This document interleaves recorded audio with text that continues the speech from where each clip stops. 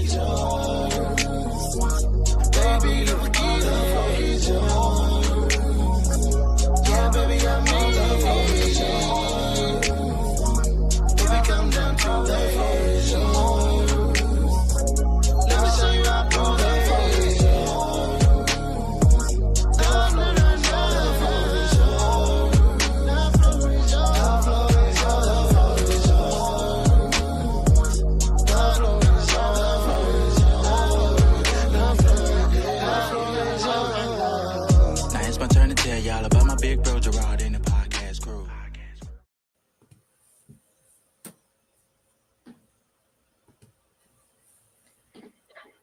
Great. All right, bro. So good evening, everyone. There he is. Hello.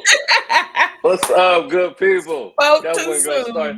Y'all were not gonna start this without me. You know I wasn't gonna have it. You know I wasn't gonna Lord have have it. mercy. Come on, my people.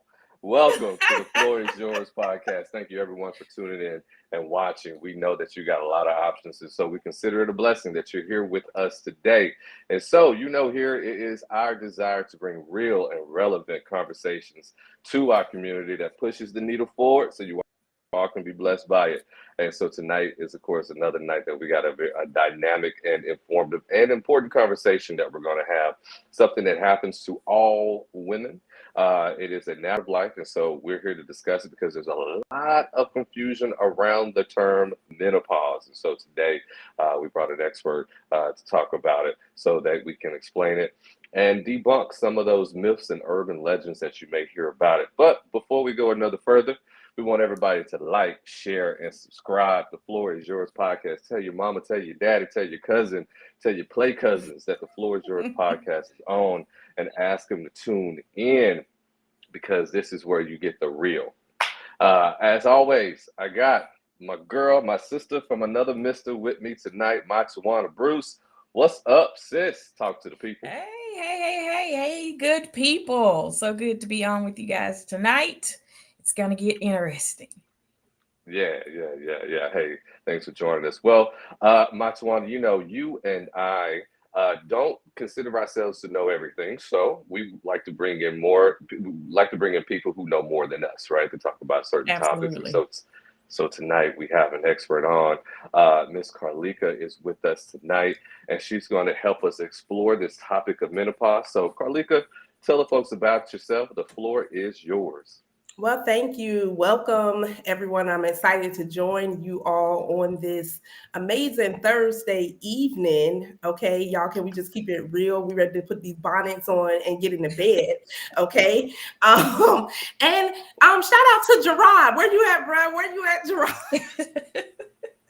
We love you, Gerard. Y'all, Gerard having some technical issues, but we just gonna let keep his equipment in prayer. But nevertheless, who am I? Yeah, let's just keep his equipment lifted up in prayer tonight. Okay. You got the stars going. Oh, he's behind the scenes, everybody. Yeah, like y'all, he behind showing out. Right. All the stuff you seeing and carrying on up here. He back there having a good time. I think he kind of liked this.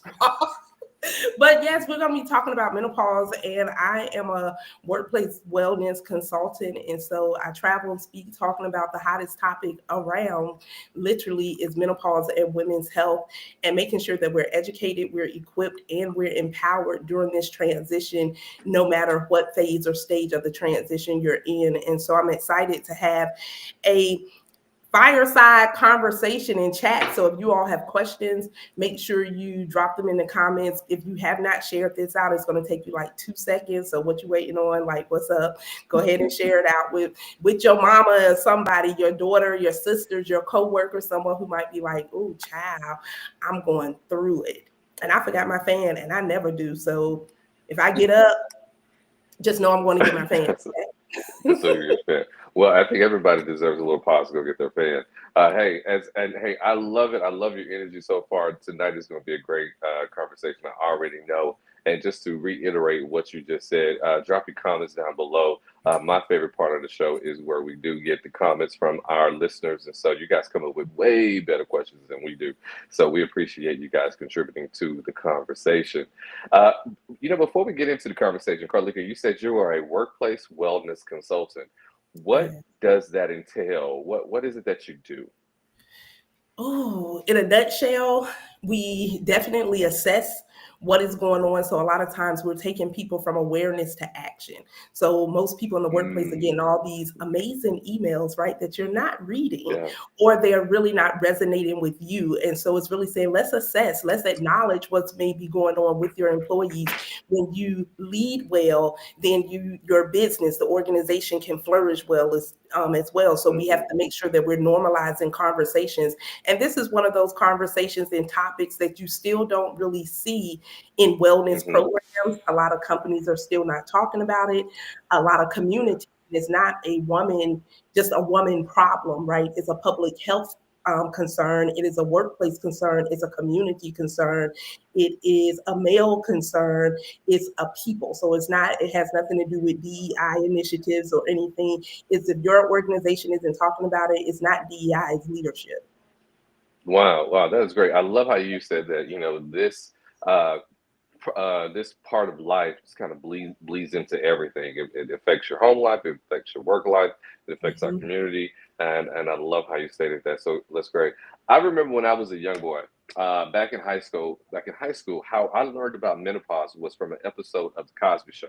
I don't know if you guys remember that episode. I think I may have a few years on both of you, maybe a little older, but it was an episode where the mom, Claire, her name was Claire, right? Claire, uh, started having menopause. And so they did a comedic approach to what this stage of life brings. But even in that, I still didn't quite understand what menopause was. I just knew that it was something that happened to women.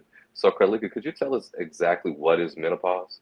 Absolutely. So first of all, we want to destigmatize the menopause. A lot of people equate it to old age. Anyone in the comments out there is like, oh my God, that's for old women. Well, let me give Yeah. you a little backstory. I was only 30 when I had a total Wow. hysterectomy. And if Oh, you call wow. me old, you ready to knuck and buck? Like, what's up? Like, 30, it's not old, right? Even now, even though the median age is 51, 51 is not Okay. old, right? And so No. we want to break that barrier that menopause is equated to old age. That will be saying that cancer or anything, which we know cancer has no barriers, right?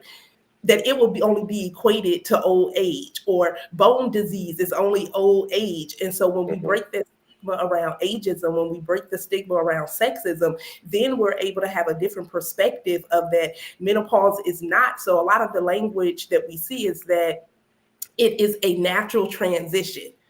I Right. beg to differ, and I'm always saying it's not natural because I had a total hysterectomy and that was surgical. There are women who go through menopause or go through the transition because of radiation or chemotherapy, right? So that's medical menopause. Natural is saying I'm going through perimenopause. So we have perimenopause, we have menopause, and then we have postmenopause. Perimenopause is that, you know, 6 to 12 year decade ish time frame that women start experiencing hormonal changes. Perimenopausal women are still having a menstrual cycle. So each stage that we look at, the needs are different, right? Because Hmm. as a postmenopausal woman who had a total hysterectomy, I didn't have to worry about my menstrual cycle. It was because of menstrual pain, endometriosis, that I had the hysterectomy in the first place. So when we think Right. of perimenopause, women are still having a menstrual cycle. So you need to be paying attention.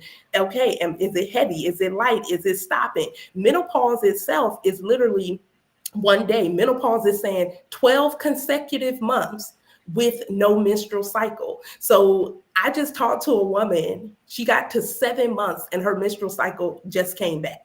She was Wow. floored. So guess I would what? be so mad. Girl, hot 99. Okay. This called me crying because she was just like, I gotta start over. So now she has to start the count from one all over again. So menopause itself is 12 consecutive months. Consecutive is key because you might not see your menstrual cycle for 6 months and then it Hmm. come back. Okay. And you done took all the pregnancy tests because you like, Jesus, not over here. Yeah. Yeah. No, no, Yeah. no. And so then after that 12 consecutive months, no cycle, Now you're a postmenopausal woman. You will be a postmenopausal woman. And I don't want to sound like it's daunting, because menopause is not a disease. Menopause is not the end of life, okay? Menopause is a transition. And so a postmenopausal woman, you used to hear people say, I'm on the other side now. Right? I can't wait to get to the other side. And I used to be like, well, what's the other side? Seeing Jesus? I don't want to do that yet. But symptoms may subside, but there are other things that you have to look out for. So like I said, menopause is not a disease, right? But it can lead to other things, such as osteoporosis. It can lead to, so we have to focus on bone health, right? That's why strength training is important. So the way you might have did things in your 20s, maybe your 30s, and some women even start seeing perimenopausal changes or hormonal changes in their 30s, especially women of color, early 30s, early 40s, and you're talking about, until I have that last cycle, I'm just going through it. And so those are the three phases: perimenopause, menopause, postmenopausal. But then you have three, I call it vehicles, that you can get through the transition: naturally, surgically, or medically. And so I think it's very important, even in the language, that it's not always natural for everyone. Well, talk to me like I'm a fifth grader for just a second. I want to speak for all the men who may not be aware of what changes are actually happening in a woman's body. Menopause is, forgive my naivete, is when a woman no longer has any more eggs that can be fertilized. Am I right about that, or am I wrong? So it's a decline in your estrogen. It's a decline in your hormones, right? Okay. And there is a version of menopause for men. It's called andropause, because men, let's be real, your hormonal levels are not the same as they were at 20 years old versus 40 and 50, right? The only thing with research and funding, maybe for some men, maybe. With that blue pill, that blue pill that was approved within come back. by the FDA. But women, we've had to fight for even a commercial for HRT or anything, but the FDA approved Viagra in like 6 months, and we're still asking for things that clearly should already be a part of our benefits plan and everything. So, And HRT is hormonal treatment, right? Right, HRT, hormone replacement therapy, right? And so even for men, that version is called andropause. And so you can encourage everyone, just go get a hormonal panel done with blood work just to see where you are. And it's not going to definitively tell you, oh my God, my Tawana, you're in menopause, right? But it will give you a baseline and a range, because you can't look at someone and be like, she is menopausal. So let's talk about because I work in HR as well, and I handle the benefits, and I noticed that they're just now starting to make covering infertility popular. So you have these women who finally get to a place where their insurance will pay for them to have a baby, but after that's over, you still don't have menopausal coverage or the things that women need. Or even if the guy is an employee and his wife is on the insurance, still having that access. And so how can myself as an HR professional talk to my insurance brokers and say, hey, I don't see this in our plan document, but how can we get it in there? What exactly do I need to ask for? And it's doing just that, bringing it to their awareness and their attention, because there's so many things that are not covered. And as most people are getting ready to look at benefits or looking at them now to make decisions. And because of the climate that we're in, when we think of healthcare, so many changes, a lot of people are only focused on what is going to be the least amount of money coming out my paycheck.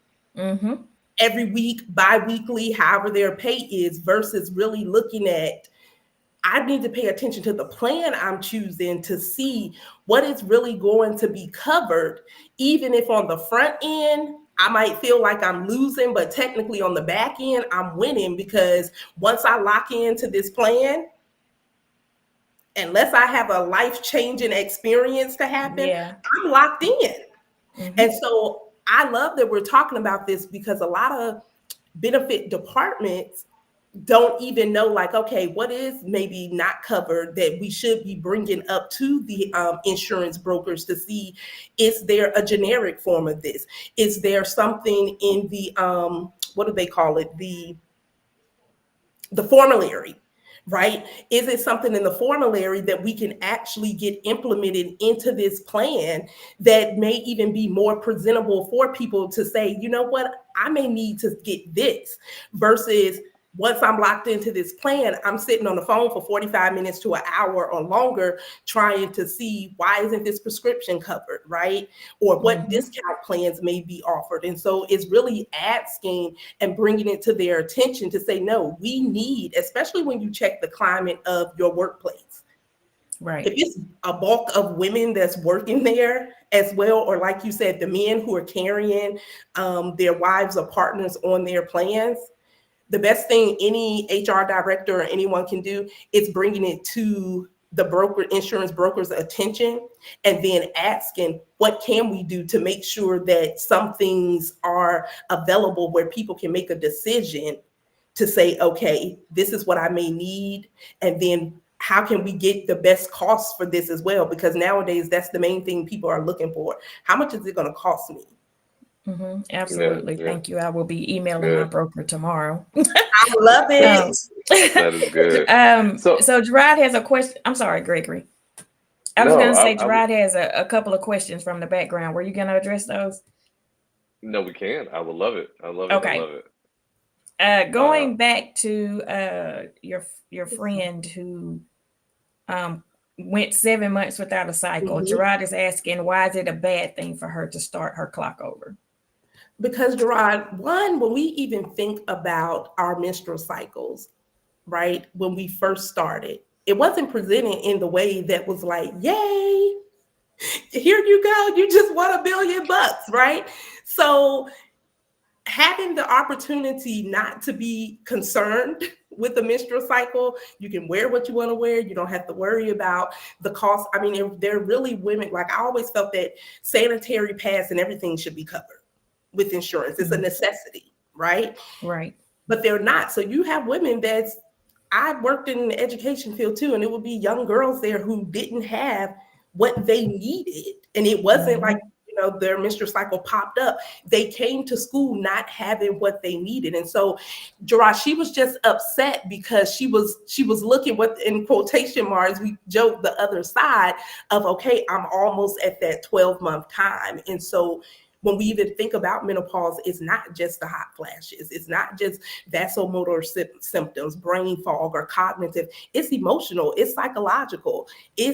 It encompasses all of you. And one of the other myths that we have to get, really debunk is that hormones are all over our body.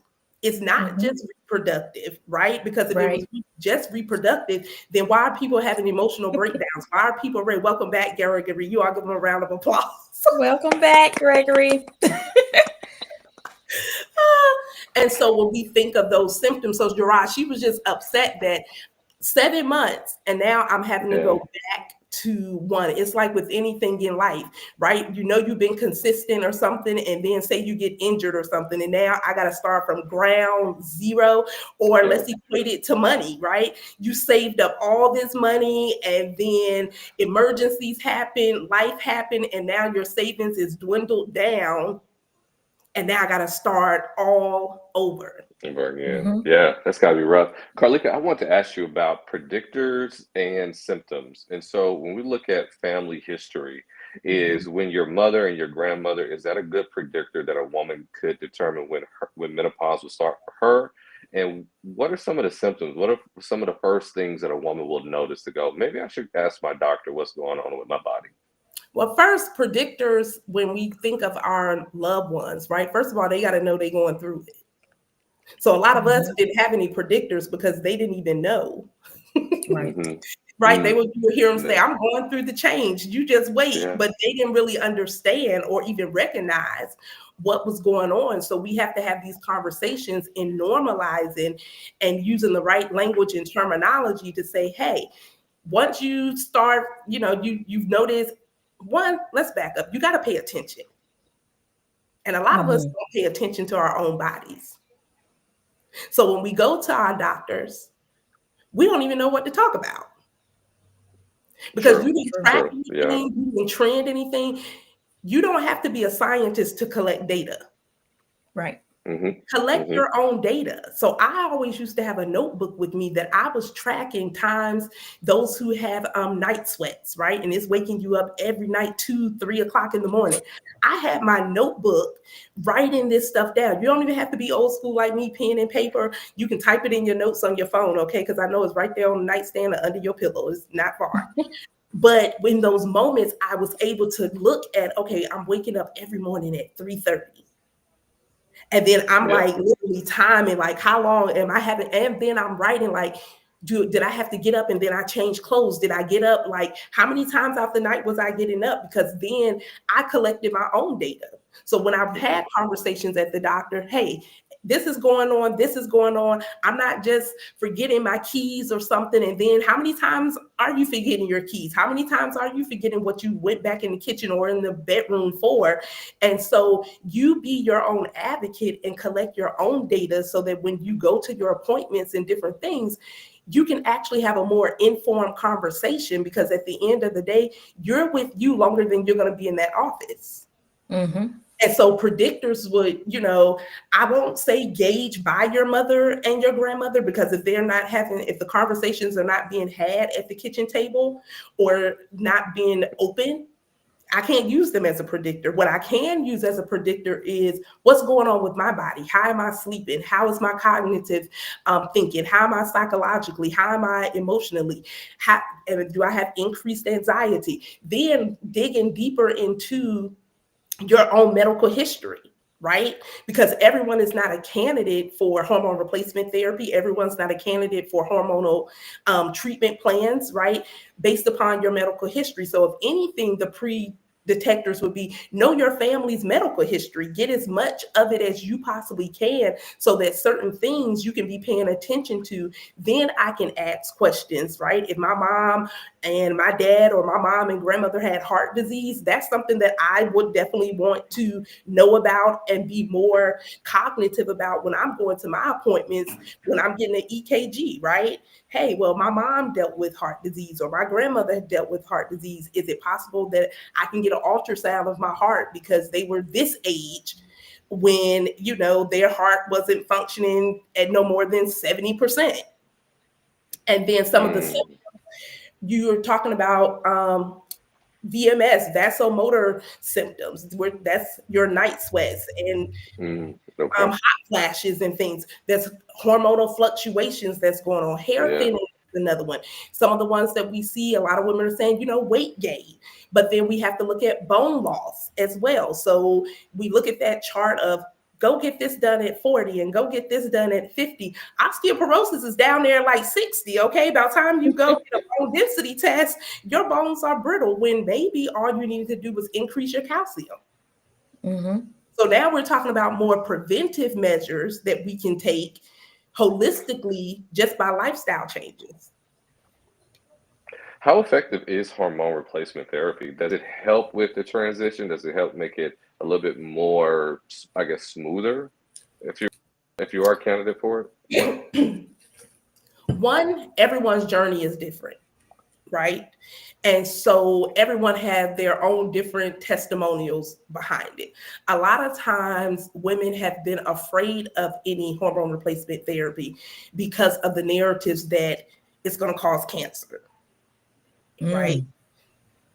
Especially, a lot of people used to be afraid. I don't want to take something that's going to cause cancer. Well, the food you eat could cause cancer. Stress could cause cancer. I mean, it's so many factors, and I'm not saying that to diminish, but I'm like, there's no need to suffer, right? Because say someone had hypertension. If 10 milligrams didn't work for you, the doctor will increase the milligrams, give you 20. Well, if you're willing to allow them to play with your blood pressure like that, till you come to a baseline resolution that's going to work for you. So I would encourage people, do your research, ask questions, because for some women, hormone replacement therapy changed their lives. symptoms subsided for them and they felt like what they say, I felt like myself again. Due to the cost of hormone replacement therapy, even with insurance at times, it's a deterrent for people. So imagine those who are uninsured or underinsured. Mm-hmm. You're not trying to pay $300 every 3 to 4 weeks for butt pellets or, some type of hormone replacement therapy. You're going to be thinking like, do I really need this? And it's not to knock anyone, because I've often hear people say, well, women buy what they want to buy. If they want new hair and they want new shoes, they'll go spend the money and all of the things. And that's their choice, right? That's Right. absolutely their choice. But when you're talking about sometimes $300-400 based on your insurance or no insurance, and are you telling the person who's not insured? Because everyone who's insured or not, it's not that everyone does not want some type of help. Sometimes people don't know what treatment options are available, or if they're even a candidate to have those options. So yes, it can work, and for some people they got to go back to the drawing table. I never had it. I'll let y'all in my business. I never had it because Gotcha. the conversation was not presented to me in a way that I can make an informed decision.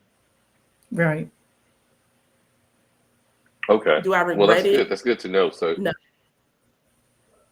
no. Okay. That's good to know. Here we have a lot of concern about mental health. What is the link, or what are some of the impacts on mental health when it comes to menopause? Have you seen or heard a lot of women struggling with depression during that time? You can have, I say this, you can have increased anxiety, increased Mm-hmm. heart palpitations, increased depression.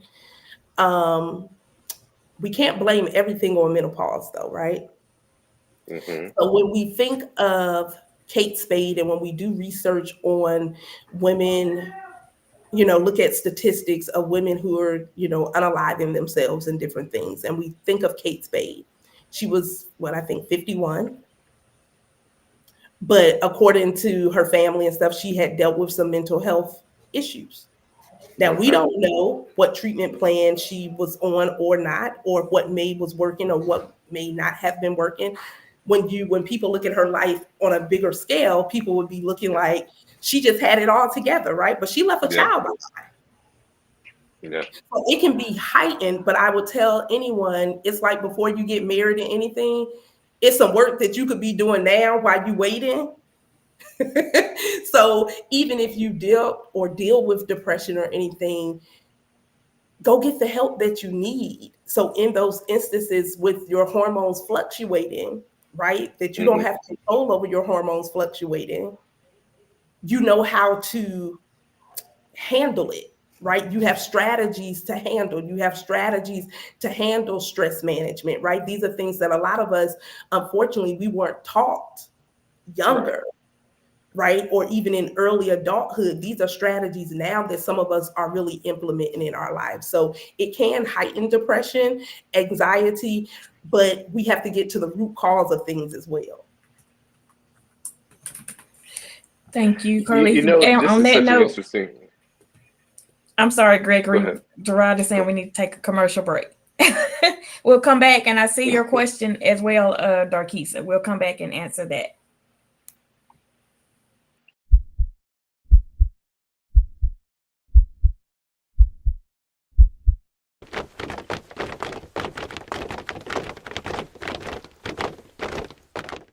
View it as a form of empowerment or like a linguistic reappropriation, as some argue that it continues to carry the weight of oppression and should be done away with immediately. How does today's music, namely rap music, play a part in the use of such a derogatory word? We'll talk about that. As we know, rap music has an immense influence. And we're back. All right, we're back. Hey, we're having a really good conversation here about menopause. I'm learning a lot, which I hope everyone else is learning a lot. But before we broke for commercial, we highlighted that there is a question in the comments, so we want to make sure that we want to answer as many questions as possible. You know, when I have to read, I have to get a little assistance. So let's see. How long should you do hormone therapy? Is there a deadline? Great question. And thank you, Darkishna, for that question. That's a good one. Yeah. Absolutely. So, one, always check with your medical provider because it's going to depend on what hormone replacement therapy you are receiving, right? So, there's Mm, butt pellets, there's topical, they're topical meaning they're creams, right? They're inserts, they're injections. So, depending on which one, and of course, always returning back, what is your current state of health and what is your family medical history, right? And so, one of my clients, like she's been on it. There are women who are on hormone replacement therapy and been on it for 20 and 30 years, and they haven't had any issues, right? So it's making sure during the time that you're on it, there's no, I don't want to put a definite number on anything because I don't know your health history. I don't know your current health state or anything as well. I don't know if you're a good candidate for it as well. And I'm talking about from various aspects when we think of our total well-being, right? And so check with your medical provider, but there are women who've been on it for years, and sometimes they have to be, their doctor will remove it because maybe they develop breast cancer or something, right? So it's other factors, but while you're on it, you should definitely still be getting your labs. You should be getting various tests, so your bone density test, cardiovascular testing, all of these different things just to make sure. It's like being on a medication, right? No medication may be forever because things in our bodies change. And so when something changes, you may need a different formula. You may need a different treatment plan. And so, but there are women who've been on hormone replacement therapy for years and they feel amazing. And when they're taken off of it, they say they feel the change. They can feel the difference. I was having a conversation the other day. It's a lady literally 80 years old, and she was mad that her doctor took her off of it. Mm. 80 years old. Wow. Yeah. At 80, Wow. why take her off? That's exactly what we were Ride saying. it out. Yeah, exactly. Sis said she good. She was like, give me my hormone Yeah. replacement Yeah. therapy. Yeah. The Mach1, it ne- looks like we have another comment. Go ahead. Could you read it? Sis? yeah. Yeah. You took the words I was about to say. The heightening of feelings of stress and anxiety or depression, especially if you've already struggled with those things. Absolutely. So then it doesn't necessarily cause it, but it definitely can enhance and heighten it. Absolutely. Absolutely. Like with anything, like a lot of times people don't even equate their dental health with anything, right? And I'm like, no, your dental health plays a vital part in your health and well-being and your body as well. So absolutely. So once again, it goes back to paying attention, not looking at just the surface level of our health, but getting to the root cause of things to say, and if I already know I deal with depression and I know eventually I'll get in, the transition of menopause, what can I do now to help? What should I be doing? And then what are some new techniques or strategies that I may be doing, right? It's like some people that are still carrying around trauma currently that happened when you were a child. You could go be getting therapy and stuff now versus, because what you really waiting on? That might sound harsh, but the real question, like what you waiting on? Right. I always encourage people to clean house as soon as you see the mess. Don't wait for the mess to get worse. As soon as you see it, clean it up. I have an interesting. Go ahead. Go ahead. No, Mach1, I've been talking too much. It's your turn. I was gonna ask, can we transition into how this affects relationships and marriages, and how men can get help in that area? Let us know. How can we support our women? Anything, it always starts with awareness, right? If you're not aware, what can you take action on? And awareness may change from day to day, right? You don't know. Today you might have some hot flashes. Tomorrow you may have nothing, right? You might have breakout have adult acne or eczema that develops or hair thinning, and you're like, well, I never had this before, right? And so once again, paying attention. But when we think of relationships, whether it's with your partner, your spouse, even your children, right, even your coworkers, right, Mhm. you calling the boss evil, maybe sis really did not sleep last night or the whole week, and Mm. she's sleeping like a newborn baby, and she don't really know what's going on, but who is she gonna say it to? Because what Right. coworker really going, I mean, if we being real, what coworker is gonna really kind of care that you come in and say, I just haven't been sleeping well? Well, what you gonna say, go to bed? Right, with no explanation. So when we think of those intimate relationships, I often say, don't exclude people out of your journeys. And it may not be menopause, it could be any life transition, right? Mhm. But don't, we often want to start excluding people out of shame, out of embarrassment, out of the lack of knowledge, out of whatever your own emotional feelings may be. And so, because of hormonal shifts, you can end up having a decreased sex drive, decreased libido, right? Your mood changes and different things. And now you're shutting people out and they're not understanding why you're mad. They're not understanding why you're crying. Now you're smiling. Like, now you want to cook for me after you kind of just cuss me out. Like, girl, you trying to poison me? All of these different things. So when we don't exclude people and include them on the journey to say, look, let's explore together. Let's learn together. Let's research together, because I don't want to push you out. I don't want to do this alone either, but I really can't even articulate what's going on with me right now. So you can't take my symptoms away, but we can lead with empathy. And when we lead with empathy and just say that you care about what I'm facing. However, we do see when women are in menopause, you see more of an increase in divorces, right? Mm. They be finding themselves, okay, like eyes get wide open. It's Oh a lady, wow. it's a lady on TikTok, and you all probably, she has the we don't care club, all things menopause, but she says we don't care. So there's an awakening that happens in this transition as well, where women are becoming, they, once you get past all of the symptoms or things that's going on and you've learned, let me just embrace this journey, Mm-hmm. Mm-hmm. they're becoming, getting this awakening of, yeah, I really don't care if I don't have on any makeup today. I really don't care what someone think about me. I really don't care that I'm getting ready to just walk off this job and I didn't really, count the costs up. Like, do I really need this or not? So people get this mindset of a boldness and more confidence down the line and down the road, and it's almost like a second spring. It's almost like reinventing themselves and finding themselves again, especially after you've probably raised your children. More women in menopause, unless you had children later, you're becoming empty nesters. So now Mhm. those hobbies and those dreams that you might have put on the back burner when you didn't probably have to, but we've been conditioned to do so more.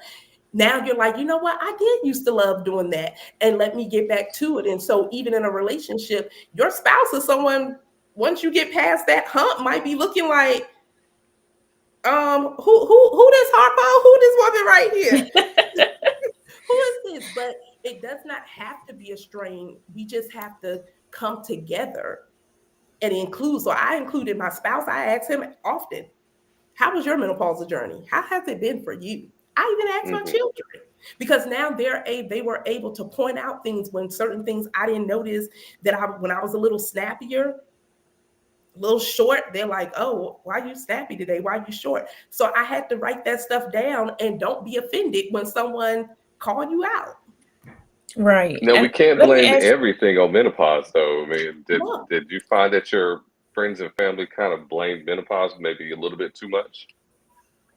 no, because I'm a firm believer in taking accountability, Mm. but Absolutely. I take accountability, but it would be something as simple as the string on the floor and now vacuum the whole house. Like, y'all, Oh that's wow. delusion, right? Mm. But then I've talked to women who really experience rage. Oh wow. Like, they will be angry, furious. I mean, fist clenching rage. And they But were had, they like that? Was that part of their personality before menopause? now a couple of ladies, no. Now, some of them, you was just mean. altogether. Like you just a real Okay. mean person. But a few, they was just like they knew something was off within them because they Right. was just like, I don't even like, why am I so angry all the time? So once again, paying attention, recognizing, acknowledging, don't be so easily offended when someone, call you out in love. So we do have one more comment, and then we'll go to Gregory, the wrap up discussions and all of that. But I do have a quick question going back to awareness. Um, so when it comes to relationships, right? Mhm. Whether it's your kids or whether it's your partner, there are times when you get to know your partner there, and the women go through whatever, and you hear that statement, you must be on your cycle because of your behavior. Mhm. Where is that fine line for your family to be aware that it's not just my cycle, I'm actually going through the That's change? a great question. That's a real good question. Absolutely. So with that, once we're able to articulate more of what's going on, and we can move away just saying that people are on their cycle, right? Because men may not have a cycle, but they go through these hormonal periods at some point in time in the month too. If they really pay attention to it, they want to eat something, they want to eat more, they have, they may not have as much energy, all of the things. So we're all going through the same things, just with different terminologies, but it really all boils down to hormones, right? Hormone fluctuations, whether you're a teenage boy, I have a 15-year-old, right? Yeah. Hormonal changes. Mhm. Right. And so when we think of that awareness of saying, okay, you must be on your cycle, it's really paying attention to say, no, emotionally, I'm not well, because it may not always be a hot flash. After I had the hysterectomy, it was more emotional for me than it was physical. That Gotcha. emotional, mental state of making sure, am I really okay mentally now that I do not have my reproductive organs? Mm. Mhm. Mm-hmm. Mhm. I was grieving. It was my body parts, right? Right. And so a lot of times it could even be grief but undiagnosed, right? A lot of people go through life with so many undiagnosed things, when mood disorders. So we don't want to, so no one wants to say, hey, I have a mood disorder. But if you're here and then you just plumb down, and there you can't even pinpoint when the change even started happening with your mood, potentially maybe you have a mood disorder. You don't have to be ashamed about it. So it's really just saying, no, something else is going on with me. Yeah. I'm not mentally feeling well. I'm emotionally not feeling well. And then we have to be honest. At that time that you were breaking down crying, what were you thinking about? Right. And we can't Right. get so defensive. "Oh, just nothing. I don't want to talk about it." Especially when you have people that's trying to, they can't help us if we Right. reject Right. help. Even if we don't know. I don't know why I'm crying. A hug goes a long way. And then they pay Amen. attention to those patterns and like, okay, let's see about some therapy. Let's see about pulling out some of your hobbies. Let's go for a walk. So now it's saying, let's develop a plan so we don't crash out. Let's develop a strategy that when I recognize that she been in the bed just a little bit too much today. Yeah. Are you having joint pain? Are you mentally okay? Let's get up and let's take a walk. So sometimes that partner may have to take the initiative to say, let's go. And even when we don't feel like it, it's going to be necessary and it's going to be beneficial for us. Okay. We have about 10 minutes, so we're going to take this last question, Gregory, and then you can close it out with final words. Okie dokie. Do you want me to read the Let's see question? what it Okay. says. Yeah. Okay. I'm prepared now. Okay. If someone's had a history of blood clots, would this make hormonal therapy more difficult to obtain, since blood clotting would be an issue? That's a great question. It is. And so, once again, your medical history and different things is so important. So, it's like with any medication, with any treatment, you want to Hmm. be sure that you are talking to your medical providers. And this may not be your PCP, your primary care. This may be going to a hormonal doctor. This may be going to an endocrinologist, right? Based upon what is causing the blood clots. How often, where are you even getting the blood clots at, right? Because they travel, they don't just stay in one spot. Then if you have problems even with your blood clotting, right? You're talking about injecting a foreign substance, even though it's hormonal, right?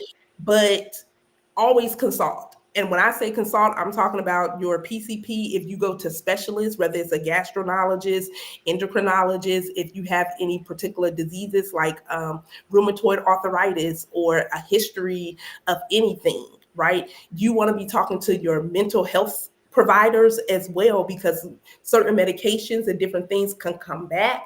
So you want to make sure that you're getting all your labs done. You want to make sure, preferably, that you find a menopause specialist in your area, that they can run all the labs because they'll know everything that they want to look for. You want to make sure that you're being honest and open about your medical history. Okay, like be open and honest about what's going on with you, and making sure that you are a good candidate. And even if you're on it, making sure that you're staying up on the maintenance to make sure nothing has changed with your body chemical makeup or anything. So if something needs to be switched, you need to be taken off of it. You need to go to something, a patch or something topical, then you can make those changes. Jerron said a real specialist, not RFK Jr. Oh wow, he had to. He had Yeah, to. He had to. yeah. So I have one question I want to ask. I want to know, what are some of the benefits of menopause? What are some things that you can say, I'm glad this transition happened for? So for me, I think with anything, we can, even if we say menopause or any of us up here tonight could think about any life transition that we went through. And at the beginning or going through it, it didn't feel good. It was hurtful. It could have been painful. It made you pivot. Maybe you lost some things. Potentially you grieved, whatever that looked like. So even with menopause, your perspective of the transition, right, is going to help you go through it. So it's like someone who goes through a divorce, that initial sting, that initial separation, all of these different things that happen and that you go through mentally, psychologically, physically, all of the things, right? Eventually you can start seeing a blessing and you can find the lessons in some of the transitions that we've been through, right? And so when we think of menopause, I think of women being more empowered. I think of women really saying, finding who they are and finding their voices, not just in the healthcare entity of it, but internally with themselves, to say, you know what? This is not a death sentence for me. I don't have to put my life on pause as I'm going through this transition. I may have to pivot. I may have to work out different. I may need to eat different, exercise some more, sleep better, develop some different habits. But I really can feel amazing. I can feel good. I can look good. I can be who I am unapologetically. And so for me, it's very empowering. And one part is not having a cycle, right? So you can wear a white all year long if you want to, and you don't ever have to worry about the menstrual cycle popping up on you while you looking cute out there on the yacht or something, right? And so you don't have to worry about menstrual cycle when you're like, you know what? I'm feeling real sexy today, right? You don't have to worry about those things. You don't have to tell him like, hold on, you already know. No. So it's always some perks with anything, but I think it's perspective one, and embracing who you are. Because regardless, every woman born with ovaries, you will go through menopause. And for those who don't know, it is Menopause Awareness Month. This month, World Menopause Day, is October the 18th. And so hopefully your place of employment, your organization is at least bringing awareness to it, where it's not a hush-hush conversation anymore. That's good. That's great info. Well, Carleeka, we thank you so much for being on the show tonight. How can the people contact you if they have additional questions or just want to have a conversation with you? You can DM me. You see that long name at the top? Just start typing it in. I'm gonna come up, right? But if you go on my page, you can go to the website. You can send me an email. You can send me a DM. I'm always up for answering questions, even looking for resources in your particular city, your state, because some things, be different or what may be available. But I say speak up. Show up for yourself, ask questions, track and trend, know your body, because who can tell you more about you than you? That's right. And what's that website? www.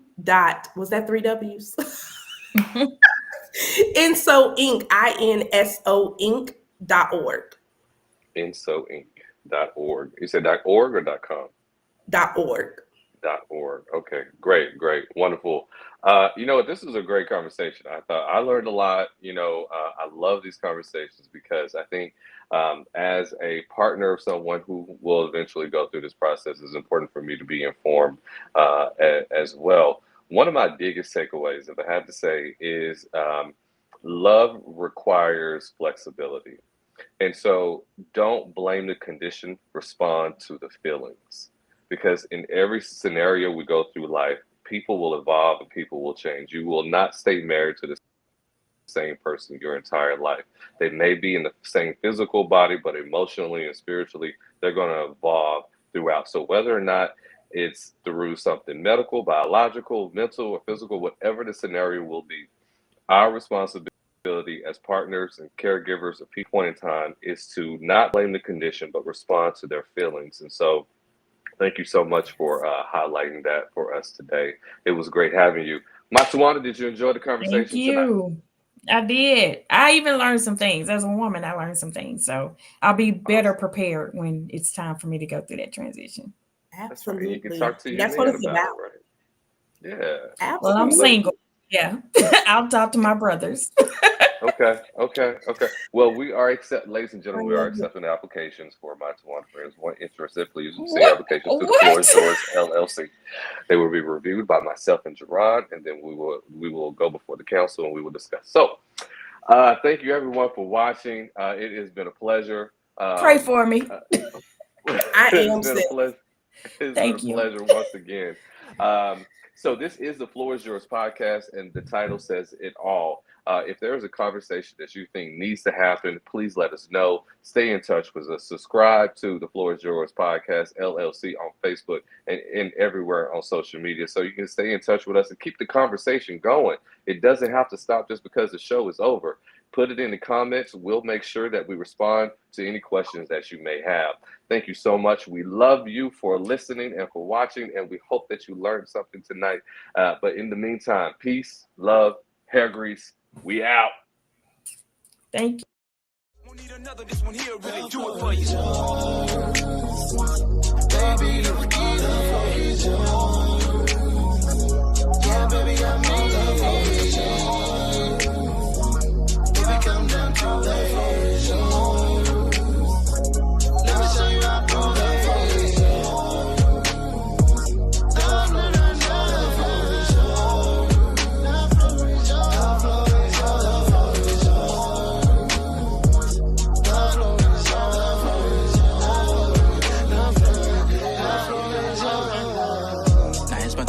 y'all about